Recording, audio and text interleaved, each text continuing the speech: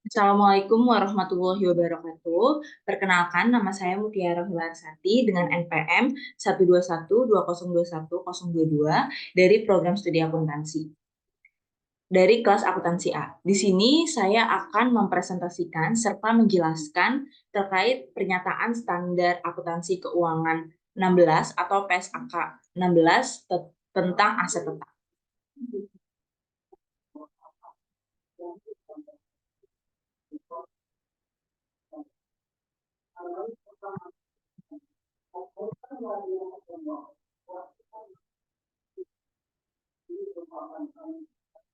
Baik, yang pertama itu di PSAK 16, aset tetap, saya akan membahas mengenai tujuan, ruang lingkup, definisi, biaya perolehan awal, biaya selanjutnya, elemen biaya perolehan, pengukuran biaya perolehan, model biaya, model revaluasi, penyusutan, jumlah tersusutkan dan periode penyusutan, metode penyusutan, penurunan nilai, penghentian pengakuan, pengungkapan, ketentuan transisi, tanggal efektif, serta penarikan. Yang pertama, pendahuluan, ada pengertian terkait aset tetap. Pernyataan standar akuntansi keuangan 16, aset tetap terdiri dari paragraf 1 sampai dengan paragraf 83. Seluruh paragraf dalam pernyataan ini memiliki kekuatan untuk mengatur yang sama. Paragraf yang dicetak dengan huruf tebal dan miring mengatur prinsip-prinsip yang utama. PSAK 16 harus dibaca dalam konteks tujuan pengaturan dan kerangka konseptual pelaporan keuangan. PSAK 25, kebijakan akuntansi, perubahan estimasi akuntansi, dan kesalahan memberikan dasar untuk memilih dan menerapkan kebijakan akuntansi ketika tidak ada panduan eksplisit. Pernyataan ini tidak wajib diterapkan untuk unsur-unsur yang tidak material. Selanjutnya, ada tujuan PSAK 16. Pernyataan ini bertujuan untuk mengatur perlakuan akuntansi aset tetap sehingga pengguna laporan keuangan dapat memahami informasi mengenai investasi entitas dalam aset tetap dan perubahan dalam investasi tersebut. Masalah utama dalam akuntansi aset tetap adalah pengakuan aset, penentuan jumlah tercatat, pembebanan penyusutan, serta rugi penurunan nilai lainnya. Selanjutnya, ada ruang lingkup mengenai PSAK 16 aset tetap. Pernyataan ini diterapkan dalam akuntansi aset tetap kecuali PSAK lain mensyaratkan atau mengizinkan perlakuan akuntansi yang berbeda. Pernyataan ini tidak diterapkan untuk A. Aset tetap yang diklasifikasi sebagai dimiliki untuk dijual sesuai dengan PSAK 58, aset tidak lancar yang dikuasai untuk dijual dan operasi yang dihentikan. B. Aset biologis yang terkait dengan aktivitas agrikultur selain tanaman produktif sesuai dengan PSAK 69 agrikultur. Pernyataan ini diterapkan untuk tanaman produktif namun tidak diterapkan untuk produk dari tanaman produktif. C. Pengakuan dan pengukuran aset eksplorasi dan evaluasi sesuai dengan PSAK 64, aktivitas eksplorasi dan evaluasi pada pertambangan sumber daya mineral. D. Hak penambangan dan cadangan mineral seperti minyak, gas, alam, dan sumber daya serupa yang tidak dapat diperbarui. Akan tetapi, pernyataan ini berlaku untuk aset tetap yang digunakan untuk mengembangkan atau memelihara aset yang dideskripsikan dalam huruf B sampai dengan D. PSAK lain mungkin mensyaratkan pengakuan aset tetap berdasarkan pendekatan yang berbeda dari pernyataan ini.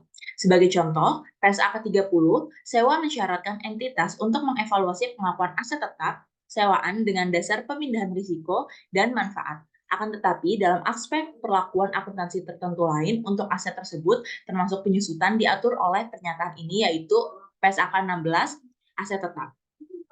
Entitas yang menggunakan model biaya untuk properti investasi sesuai dengan PSAK 13, propers and menggunakan model biaya dalam pernyataan ini. Selanjutnya, definisi PSAK 16 aset tetap. Aset tetap adalah aset berwujud yang A. Dimiliki untuk digunakan dalam produksi atau penyediaan barang atau jasa untuk direntalkan kepada pihak lain atau untuk tujuan administratif, dan B. Diperkirakan untuk digunakan selama lebih dari satu periode.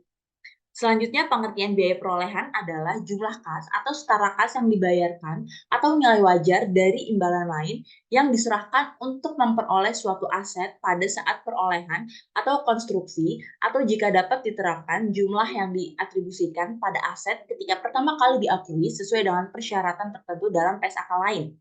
Contohnya PSAK 53, pembayaran berbasis saham. Pengertian mengenai jumlah tercatat adalah jumlah suatu aset yang diakui setelah dikurangi akumulasi penyusutan dan akumulasi rugi penurunan nilai. Pengertian jumlah terpulihkan adalah jumlah yang lebih tinggi antara nilai wajar dikurangi biaya untuk menjual dan nilai pakainya. Pengertian jumlah tersusutkan adalah biaya perolehan aset atau jumlah lain yang merupakan pengganti biaya perolehan dikurangi nilai residunya. Pengertian nilai wajar adalah harga yang akan diterima untuk menjual suatu aset atau harga yang akan dibayarkan untuk mengalihkan suatu liabilitas dalam transaksi teratur antara pelaku pasar pada tanggal pengukuran sesuai dengan PSAK 68 pengukuran nilai wajar. Selanjutnya, pengertian nilai residu dari aset adalah estimasi jumlah yang dapat diperoleh entitas saat ini dari pelepasan aset setelah dikurangi estimasi biaya pelepasan.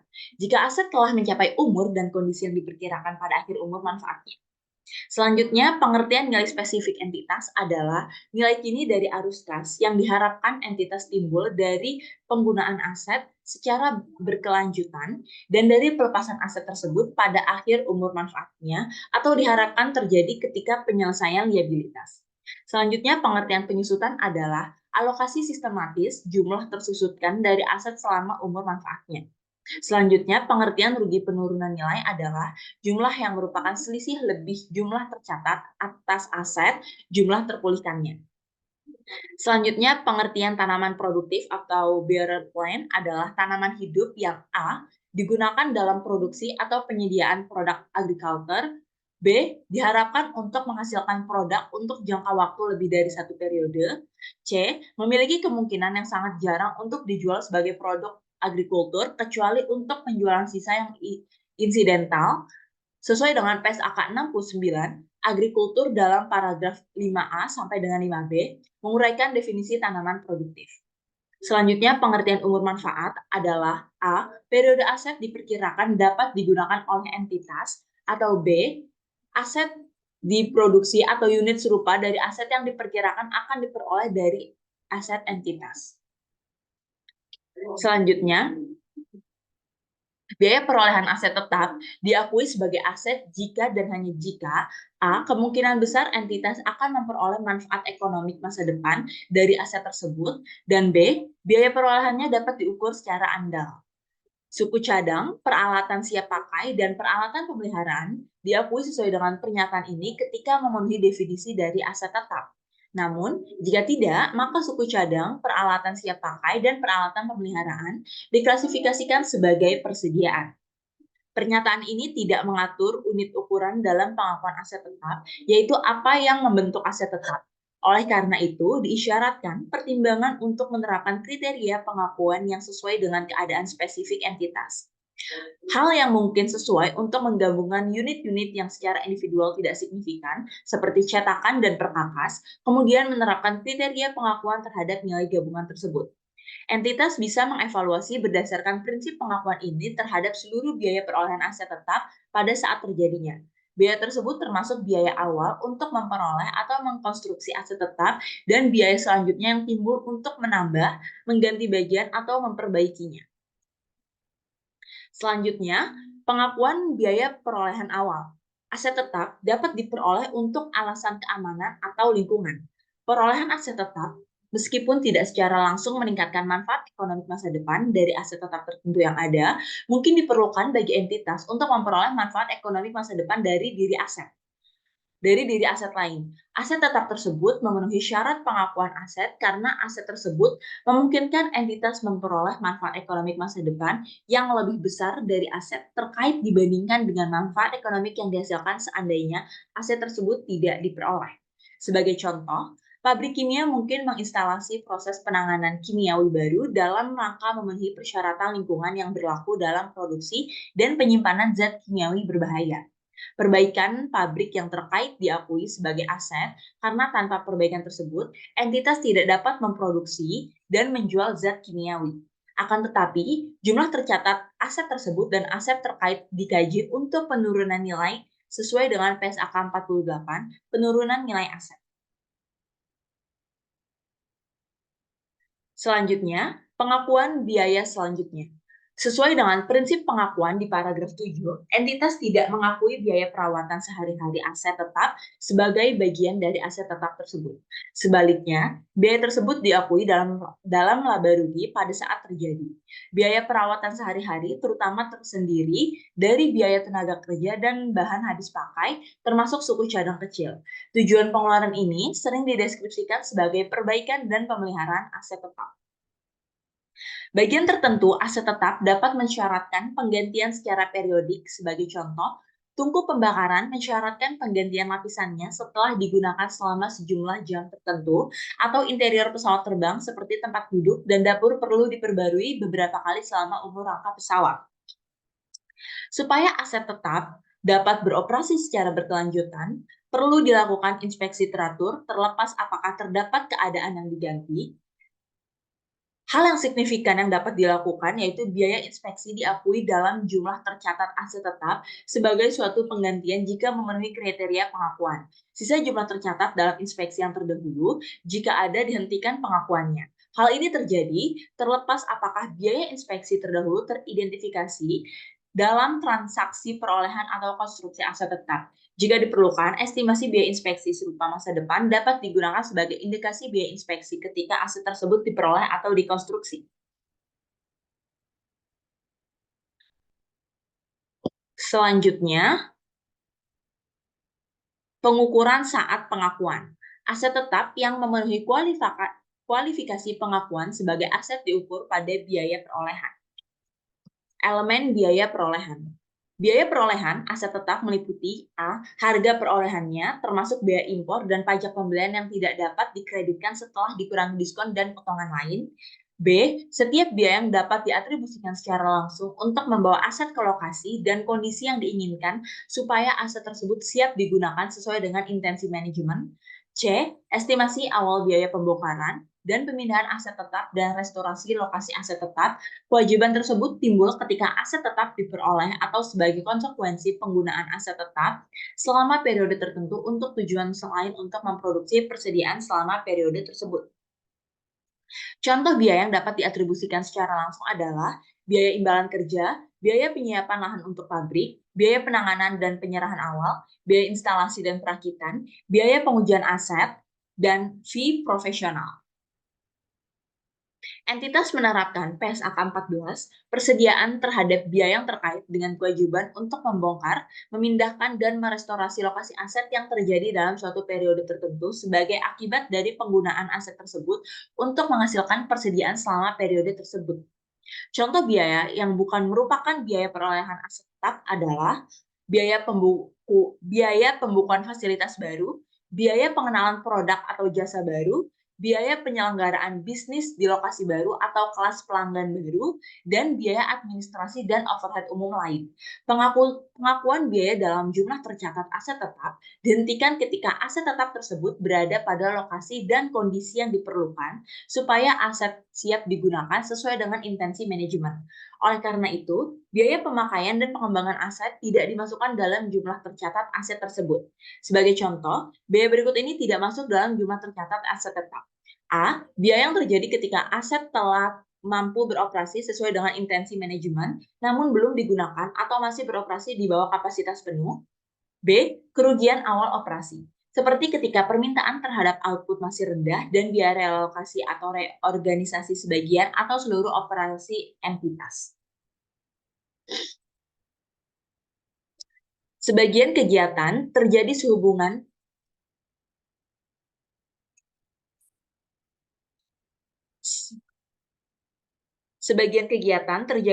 dengan konstruksi atau pengembangan aset tetap, tetapi tidak diperlukan untuk membawa aset tersebut ke lokasi dan kondisi yang diperlukan supaya aset siap digunakan sesuai dengan intensi manajemen.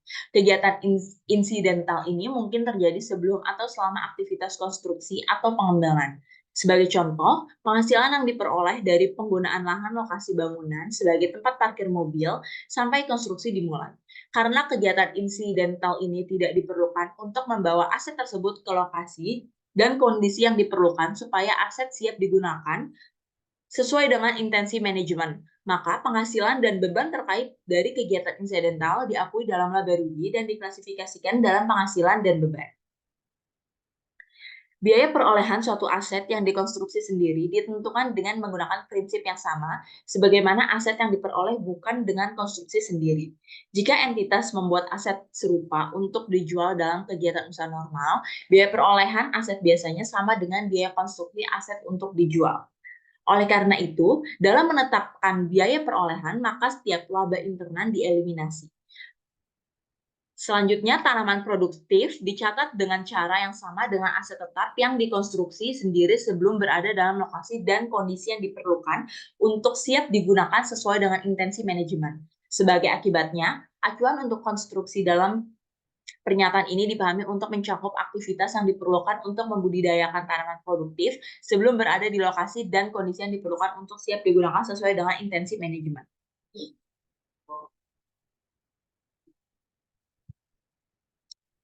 Selanjutnya, pengukuran biaya perolehan. Biaya perolehan aset tetap adalah setara harga tunai pada tanggal pengakuan.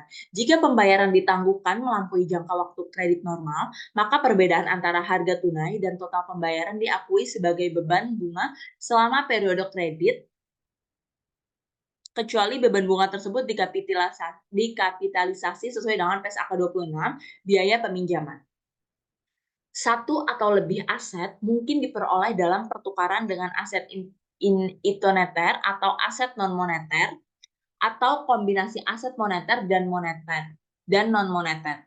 Pembahasan berikut mengacu pada pertukaran satu aset non-moneter dengan aset moneter lain. Tetapi, pertukaran yang dideskripsikan dalam kalimat sebelumnya, biaya perolehan aset tetap tersebut dapat diukur pada nilai wajar, kecuali A. Transaksi pertukaran tidak memiliki substansi komersial, atau B. Nilai wajar yang diterima dan aset yang diserahkan tidak dapat diukur secara andal. Aset yang diperoleh diukur dengan cara tersebut bahkan jika entitas tidak dapat segera menghentikan pengakuan aset yang diserahkan. Jika aset yang diperoleh tidak dapat diukur pada nilai wajar, maka biaya perolehannya diukur pada jumlah tercatat aset yang diserahkan. Entitas menentukan apakah transaksi pertukaran memiliki substansi komersial dengan mempertimbangkan sejauh mana arus kas masa depan yang diharapkan dapat berubah sebagai akibat dari transaksi tersebut. Suatu transaksi pertukaran memiliki substansi komersial jika A. Konfigurasi arus kas dari aset yang diterima berbeda dengan konfigurasi arus kas dari aset yang diserahkan. B. Nilai spesifik entitas dari bagian operasi entitas yang terpengaruh oleh transaksi berubah sebagai akibat dari pertukaran. C. Selisih di A atau B adalah relatif signifikan terhadap nilai wajar dari aset yang dipertukarkan.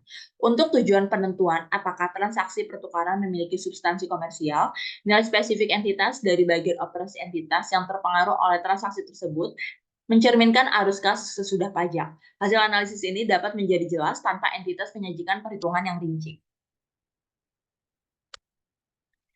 Nilai wajar suatu aset dapat diukur secara andal jika variabilitas dalam rentang pengukuran nilai wajar yang rasional untuk aset tersebut adalah tidak signifikan. Probabilitas dari beragam estimasi dalam rentang tersebut dapat dinilai secara rasional dan digunakan dalam mengukur nilai wajar. Jika entitas dapat mengukur nilai wajar secara andal, baik dari aset yang diterima atau diserahkan, maka nilai wajar dari aset yang diserahkan digunakan untuk mengukur biaya perolehan dari aset yang diterima, kecuali jika nilai wajar aset yang diterima lebih jelas. Biaya perolehan aset tetap yang dicatat oleh Lese dalam sewa pembiayaan ditentukan sesuai dengan PSAK 30, yaitu sewa. Jumlah tercatat aset tetap dapat dikurangi dengan hibah pemerintah sesuai dengan PSAK 61, akuntansi hibah pemerintah, dan pengungkapan bantuan pemerintah.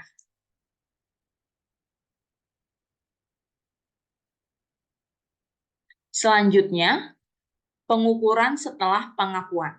Entitas memilih modal biaya di paragraf 30 atau modal revaluasi di paragraf 31 sebagai kebijakan akuntansinya dan menerapkan kebijakan tersebut terhadap seluruh aset tetap dalam kelas yang sama. Modal biaya, setelah pengakuan sebagai aset tetap dicatat pada biaya perolehan dikurangi akumulasi penyusutan dan akumulasi rugi penurunan nilai. Modal revaluasi, setelah pengakuan sebagai aset tetap yang dinilai wajarnya dapat diukur dan dicatat pada jumlah revaluasian. yaitu nilai wajar pada tanggal revaluasi dikurangi akumulasi penyusutan dan akumulasi rugi penyusunan tanggal revaluasi. Revaluasi dilakukan dengan keteraturan yang cukup reguler untuk memastikan bahwa jumlah tercatat tidak berbeda secara material dengan jumlah yang ditentukan untuk menggunakan nilai wajar pada akhir periode pelaporan. Frekuensi revaluasi bergantung pada perubahan nilai wajar dari aset tetap yang direvaluasi. Jika nilai wajar dari aset yang direvaluasi berbeda secara material dengan jumlah tercatatnya, maka revaluasi lanjutan diisyaratkan. Beberapa aset tetap mengalami perubahan nilai wajar secara signifikan dan fluktuatif sehingga perlu direvaluasi secara tahunan. Revaluasi tahunan tersebut tidak perlu dilakukan untuk aset tetap yang perubahan nilai wajarnya tidak signifikan. Sebaliknya, aset tetap tersebut mungkin perlu direvaluasi setiap 3 atau 5 tahun sekali. Ketika suatu aset tetap direvaluasi, maka jumlah tercatat dari aset tetap tersebut disesuaikan pada jumlah revaluasiannya. Pada tanggal revaluasi, aset diperlukan dengan salah satu cara berikut ini. Jumlah tercatat bruto disesuaikan secara konsisten dengan revaluasi jumlah tercatat aset. Akumulasi penyusutan dieliminasi terhadap jumlah tercatat bruto aset. Jika suatu aset tetap direvaluasi, maka seluruh aset tetap dalam kelas yang sama direvaluasi. Suatu kelas aset tetap adalah pengelompokan aset-aset yang memiliki sifat dan kegunaan yang serupa dalam operasi entitas. Berikut adalah contoh dari kelas tersendiri. Tanah, tanah dan bangunan, mesin, kapal, pesawat udara, kendaraan bermotor, perabotan, peralatan kantor, dan tanaman produktif. Aset-aset dalam suatu kelas aset tetap direvaluasi secara bersamaan untuk menghindari revaluasi aset secara selektif dan bercampurnya biaya perolehan dan nilai lain pada tanggal berbeda. Akan tetapi, suatu kelas aset dapat direvaluasi secara bergantian sepanjang revaluasi dari kelas aset tersebut dapat diselesaikan secara lengkap dalam periode yang singkat dan sepanjang revaluasi dimutaakhirkan. Jika jumlah tercatat aset meningkat akibat revaluasi, maka kenaikan tersebut diakui dalam penghasilan komprehensif lain dan terakumulasi dalam ekuitas pada bagian surplus revaluasi. Akan tetapi, kenaikan tersebut diakui dalam laba rugi hingga sebesar jumlah penurunan nilai aset yang sama akibat revaluasi yang pernah diakui sebelumnya dalam laba rugi. Jika jumlah tercatat aset turun akibat revaluasi, maka penurunan tersebut diakui dalam laba rugi. Akan tetapi, penurunan nilai tersebut diakui dalam penghasilan komprehensif lain sepanjang tidak melebihi saldo surplus revaluasi untuk aset tersebut. Penurunan nilai yang diakui dalam penghasilan komprehensif lain mengurangi jumlah akumulasi dalam ekuitas pada bagian surplus revaluasi. Surplus revaluasi aset tetap yang termasuk dalam ekuitas dapat dialihkan langsung ke saldo laba ketika aset tersebut dihentikan pengakuannya. Hal ini meliputi pengalihan sekaligus surplus revaluasi ketika penghentian atau pelepasan aset tersebut. Akan tetapi, sebagian surplus revaluasi tersebut dapat dialihkan sejalan dengan penggunaan aset oleh entitas. Dalam kasus tersebut, surplus revaluasi yang dialihkan ke saldo laba adalah sebesar perbedaan antara jumlah penyusutan berdasarkan nilai revaluasian aset dan jumlah penyusutan berdasarkan biaya perolehan awalnya. Pengalihan surplus revaluasi ke saldo laba tidak dilakukan melalui laba rugi. Dampak atas pajak penghasilan jika ada yang dihasilkan dari revaluasi aset tetap diakui dan diungkapkan sesuai dengan PSAK 46, pajak penghasilan. Jika entitas mengubah kebijakan akuntansi dari model biaya ke model revaluasi dalam pengukuran aset tetap, maka perubahan tersebut berlaku secara prospektif. Selanjutnya, penyusutan. Setiap bagian dari aset tetap yang memiliki biaya perolehan cukup signifikan terhadap total biaya perolehan seluruh aset tetap disusutkan secara terpisah. Entitas mengalokasikan jumlah pengakuan awal aset tetap pada bagian aset tetap yang signifikan dan menyusutkan secara terpisah setiap bagian tersebut. Bagian yang signifikan dari aset tetap mungkin memiliki umur manfaat dan metode penyusutan yang sama dengan umur manfaat dan metode penyusutan bagian signifikan lain dari aset tersebut. Bagian tersebut dapat dikelompokkan dalam penentuan beban penyusutan. Sepanjang entitas menyusutkan secara terpisah beberapa bagian dari aset tetap, maka entitas juga menyusutkan secara terpisah bagian yang tersisa. Bagian yang tersisa terdiri atas bagian yang tidak signifikan Secara individual, jika entitas memiliki perkiraan yang bervariasi untuk bagian tersebut, maka teknik penaksiran tertentu diperlukan untuk menentukan penyusutan bagian yang tersisa sehingga mampu mencerminkan pola pemakaian dan atau umur manfaat dari bagian tersebut. Entitas dapat juga memilih menyusutkan secara terpisah bagian dari aset yang biaya perolehannya tidak signifikan terhadap total biaya perolehan aset tersebut. Beban penyusutan untuk setiap periode diakui dalam laba rugi kecuali jika beban tersebut termasuk dalam jumlah tercatat aset lain. Beban penyusutan untuk suatu periode biasanya diakui dalam laba rugi. Akan tetapi, kadang-kadang manfaat ekonomi masa depan dari suatu aset adalah menghasilkan dan dimasukkan dalam beban penyusutan merupakan bagian dari perolehan aset lain dan dimasukkan dalam jumlah tercatatnya. Selanjutnya, jumlah tersusutkan dan periode penyusutan. Jumlah tersusutkan dari suatu aset dialokasikan secara sistematis sepanjang umur manfaatnya. Nilai residu dan umur manfaat dari suatu aset ditelaah sekurang-kurangnya setiap akhir tahun buku, dan jika hasil kajian berbeda dengan estimasi sebelumnya, maka perbedaan tersebut dicatat sebagai estimasi akuntansi sesuai dengan PSAK 25, Kebijakan Akuntansi, Perubahan Estimasi Akuntansi, dan Kesalahan. Penyusutan diakui bahkan jika nilai wajar aset melebihi jumlah tercatatnya, sepanjang nilai residu aset tidak melebihi jumlah tercatatnya. Perbaikan dan pemeliharaan aset tidak meniadakan keharusan untuk menyusutkan aset. Jumlah tersusutkan suatu aset ditentukan setelah dikurangi nilai residunya. Dalam praktik, nilai residu aset terkadang tidak signifikan dan oleh karena itu tidak material dalam perhitungan jumlah tersusutkan. Nilai residu suatu aset dapat meningkat menjadi suatu jumlah yang setara atau lebih besar daripada jumlah tercatatnya. Jika hal tersebut terjadi, maka beban penyusutan aset tersebut adalah 0. Jika nilai residu selanjutnya berkurang menjadi lebih rendah daripada jumlah tercatatnya.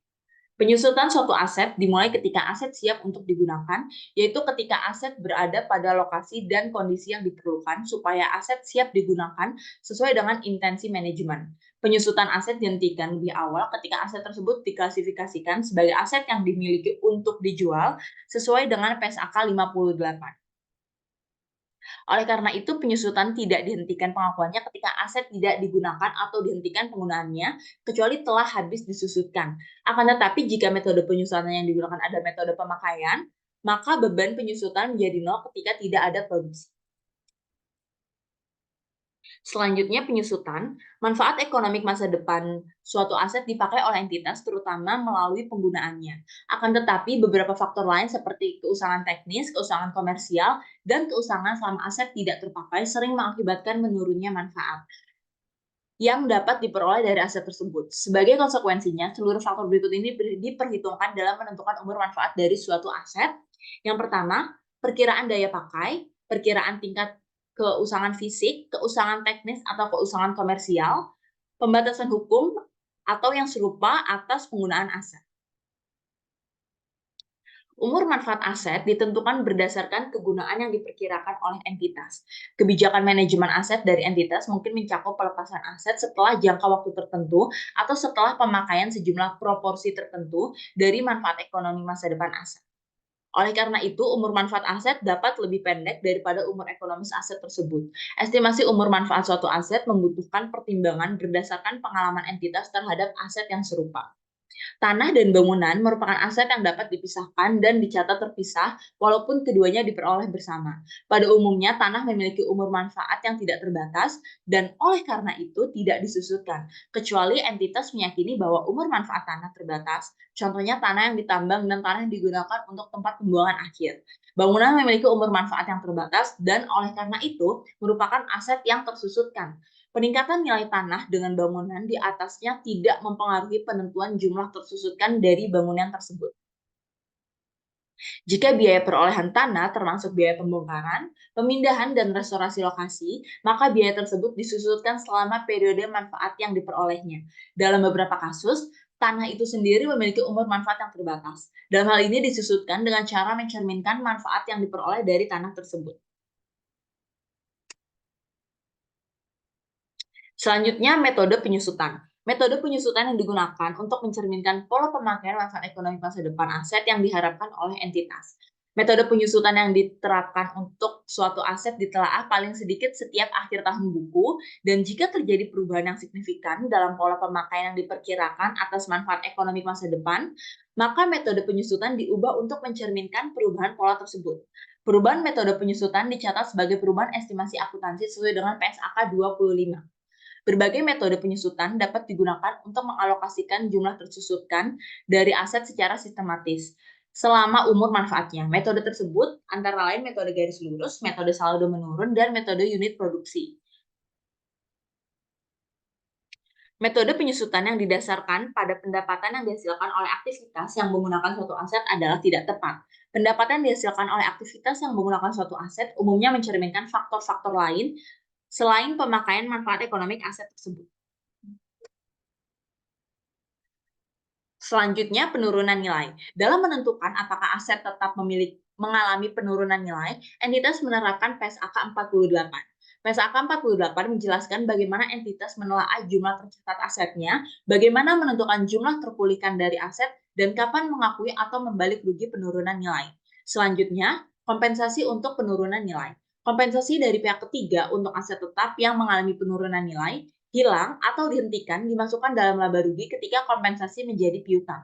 Penurunan nilai atau kerugian aset tetap, klaim atas atau pembayaran kompensasi dari pihak ketiga, dan setiap pembelian atau konstruksi selanjutnya dari penggantian aset adalah peristiwa ekonomi terpisah dan dicatat secara terpisah sebagai berikut.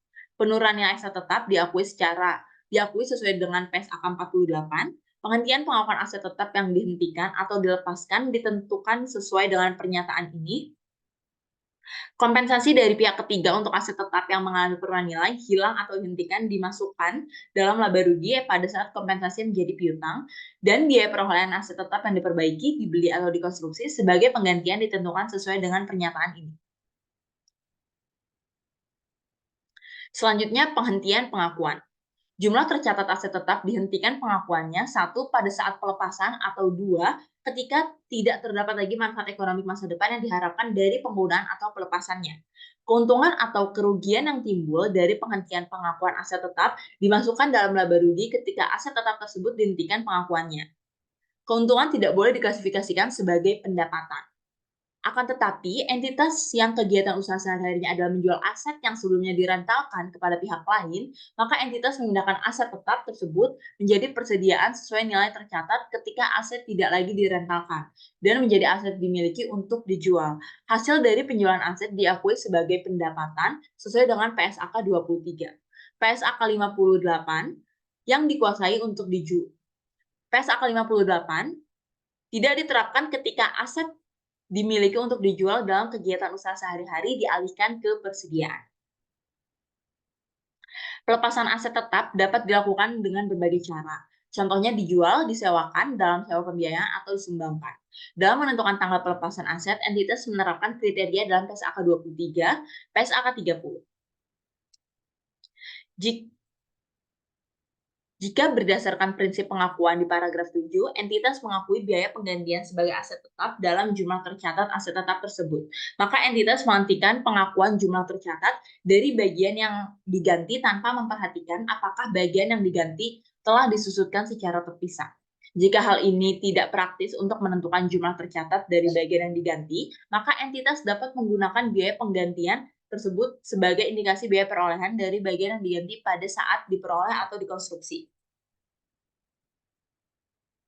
Keuntungan atau kerugian yang timbul dari penghentian pengakuan aset tetap ditentukan sebesar selisih antara jumlah hasil pelepasan neto jika ada dan jumlah tercatatnya. Imbalan yang akan diterima atas pelepasan aset tetap diakui awalnya pada nilai wajarnya. Jika pembayaran ditangguhkan, maka imbalan yang akan diterima diakui awalnya pada nilai yang setara dengan harga jual tunai. Perbedaan antara jumlah nominal imbalan dan nilai yang setara dengan harga jual tunai diakui sebagai pendapatan bunga sesuai dengan PSAK 23, pendapatan yang mencerminkan imbalan efektif atas piutang tersebut. Selanjutnya, pengungkapan. Laporan keuangan mengungkapkan untuk setiap kelas aset tetap pengukuran yang digunakan dalam menentukan jumlah tercatat bruto, metode penyusutan yang digunakan, umur manfaat atau tarif penyusutan yang digunakan, jumlah tercatat bruto dan akumulasi penyusutan, rekonsiliasi jumlah tercatat pada awal dan akhir periode yang menunjukkan penambahan, aset yang diklasifikasikan sebagai dimiliki untuk dijual atau termasuk dalam kelompok lepasan yang diklasifikasikan sebagai dimiliki untuk dijual sesuai dengan PSAK 58, perolehan melalui kombinasi bisnis, peningkatan atau penurunan akibat dari revaluasi, rugi penurunan nilai yang diakui dalam laba rugi, pengembalian rugi penurunan nilai dalam laba rugi, selisih kurs neto yang timbul dalam penjabaran laporan keuangan dari mata uang fungsional menjadi mata uang pelaporan berbeda, termasuk penjabaran dari kegiatan usaha luar negeri menjadi mata uang pelaporan dari entitas pelapor, dan perubahan lain. Laporan keuangan juga mengungkapkan satu, keberadaan dan jumlah pembatasan atas hak milik dan aset tetap yang dijaminkan untuk liabilitas konstruksi. Dua, jumlah pengeluaran yang diakui dalam jumlah tercatat aset tetap yang sedang dalam jumlah komitmen kontraktual untuk memperoleh aset tetap dan jumlah kompensasi dari pihak ketiga untuk aset tetap yang mengalami penurunan nilai, hilang, atau dihentikan yang termasuk dalam laba rugi. Jika tidak diungkapkan secara terpisah dalam laporan laba rugi dan penghasilan komprehensif lain. Pemilihan metode penyusutan dan estimasi umur manfaat aset adalah memerlukan pertimbangan. Oleh karena itu, pengungkapan metode yang digunakan dan estimasi umur manfaat atau tarif penyusutan menyediakan metode perbandingan dengan entitas lain. Untuk alasan yang serupa juga perlu diungkapkan satu, penyusutan, dua, akumulasi penyusutan pada akhir periode. Sesuai dengan PSAK 25, kesalahan entitas mengungkapkan sifat dan dampak perubahan estimasi akuntansi yang berdampak material pada periode berjalan atau diperkirakan berdampak material pada periode berikutnya. Untuk aset tetap, pengungkapan tersebut dapat timbul dari perubahan estimasi dalam satu, nilai residu, dua, estimasi biaya pembongkaran, pemindahan atau restorasi aset tetap, tiga, umur manfaat, empat, metode penyusutan.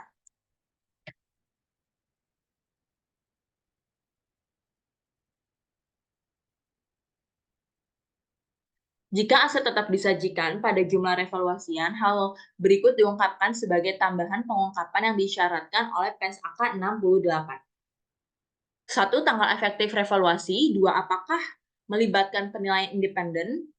3. Untuk setiap kelas aset tetap yang direvaluasi, jumlah tercatat aset seandainya aset tersebut dicatat dengan model biaya, surplus revaluasi yang mengidentifikasi perubahan selama periode dan pembatasan distribusi kepada pemegang saham.